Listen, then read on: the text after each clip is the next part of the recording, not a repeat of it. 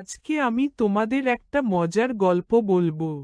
বাঘ ও একটি গাধার গল্প। এটা থেকে তোমরা অনেক কিছু শিখতে পারবে।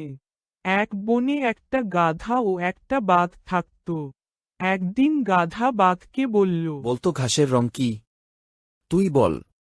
ঘাসের রং হলো নীল। ধুর, তুই দেখছি জানিস না, ঘাসের রং হলো সবুজ। না রে, বলছি তো ঘাসের রং নীল। না রে, সবুজ। এই না নিয়ে নীল, দুজনের মধ্যে না তর্কাতর্কি সবুজ, লেগে গেল। না নীল, শেষে না বিতর্কের সবুজ, নিষ্পত্তি না করতে নীল, তারা দুজনে না গেল সবুজ, অরণ্যের রাজা না নীল, সিংহের না দরবারে। সবুজ।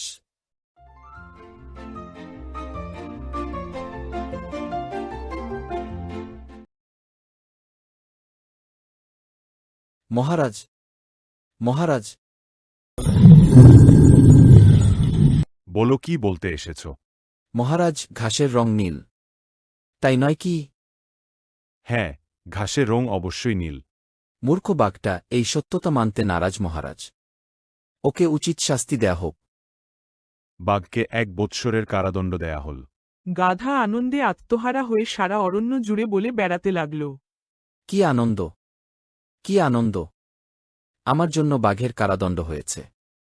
মহারাজ, ঘাসের রং তো সবুজ, তাই নয় কি? হ্যাঁ, ঘাসের রং অবশ্যই সবুজ। তবে আমার কারাদণ্ডের আদেশ দিলেন কেন? ঘাসের রং নীল না সবুজ তা বলার জন্য তোমার শাস্তি হয়নি। তোমার শাস্তি হয়েছে গাধার সঙ্গে তর্ক করে তোমার মহামূল্যবান সময় নষ্ট করার জন্য। তোমার মতো বুদ্ধিমান প্রাণী যদি এমন কাজ করে তবে বাকিরা কি শিখবে? তাহলে এটা থেকে কি শিখতে পারলে তোমরা? কোনো গাধার সঙ্গে তর্কে না জড়িয়ে নিজের বুদ্ধি বিবেচনা প্রয়োগ করো এবং একটা ভালো মানুষ হয়ে ওঠো। আজ তাহলে আসি, আবার দেখা হবে পরের গল্পে।